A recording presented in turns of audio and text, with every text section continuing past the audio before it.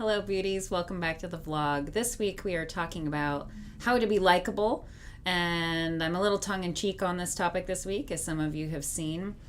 We've had some great comments, and there's definitely some validity to the thinking that you'll see in a book like, something written by Carnegie, right? Of how to make friends, how to win friends and influence people. And a lot of it is about being approachable, and there is something to be said for being likable. But what we're talking about is how to have a different approach to not necessarily be likable, but to be sincere and to truly connect with people. So yesterday we talked about connection and sincerity, and that people can tell when it's real or not. They can tell when you're faking it, and that being sincere is really the way to go. Today we're going to talk about empathy and understanding.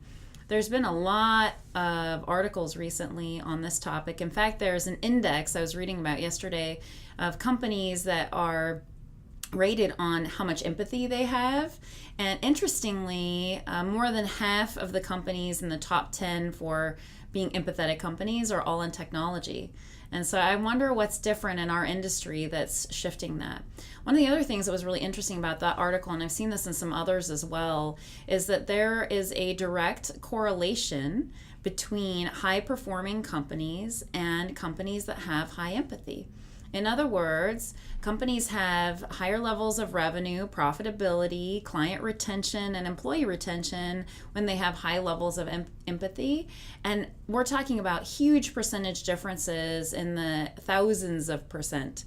So this really big gap. And why is that? And what does it really mean to be someone who has empathy? And then on the other side of this, I've seen people say, well, empathy doesn't really matter, and really you need to be compassionate, and what is empathy anyway? And there's someone who came out with a book about that. I'll post it in the comments so you can look at it if you want. But from my perspective, one of the things that has helped us be successful in business, and perhaps some may view this as being likable or approachable, is to look at someone else's perspective. I've talked about this a lot on the vlog, but to truly try and understand where someone else is coming from. One of the things that we frequently do, I think, is we fill in the gaps of what we think is happening, and we ask questions that meet our understanding. Right? So if we have come into a conversation or a meeting with a client or on a board or even with a friend or family member, and we have preset notions about what they want and what they want to do and what they're trying to accomplish, and a lot of times we do this, don't we?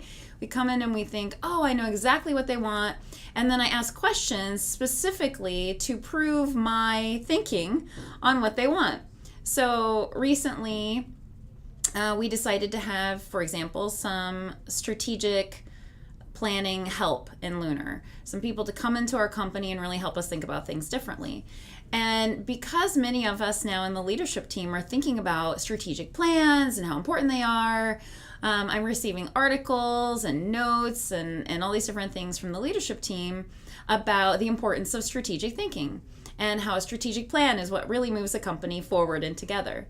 Now, the question is that really what we want to do? Is that what's happening? Or is it because it's on our mind and it's something we're thinking about and so we're making it true, right?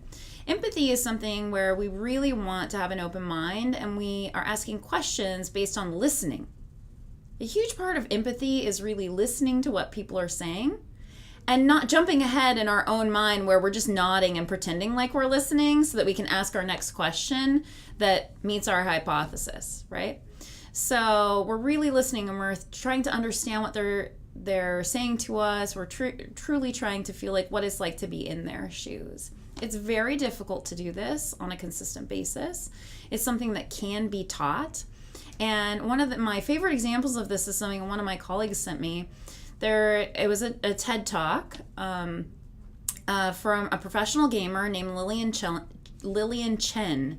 And she says in her TED Talk that she experienced a great deal of sexism at first in the industry, being one of the few women and one of the people who she felt rejected when she'd go into gaming conventions. She'd feel rejected when she was in the forums, like who invited the girl, that people really liked her until they found out she was a girl, and then she experienced a bunch of things around that.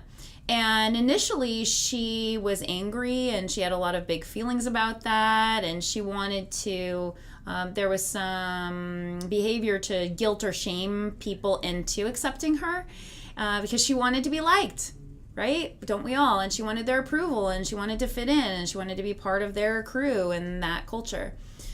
And what she discovered is that that didn't work very well. And so instead, she started to ask questions. What were they afraid of? What were they excited about? Trying to really get to know the people who were in those forums and at those conventions. And over time, the guard dropped and their thinking changed because she could understand what it felt like to have someone come in who was different from them and started to break down those barriers. So empathy is something that is a very difficult thing to master. I don't think anyone is ever 100% empathetic, and it would be very difficult to live there. But it's really about how do we seek understanding and how do we learn more about other people so we can go somewhere together. We'll be talking more. Tomorrow we're going to talk about gratitude and how I think that takes us a long way down the road in being likable, so to speak, but also in being connected to people. I'll see you tomorrow.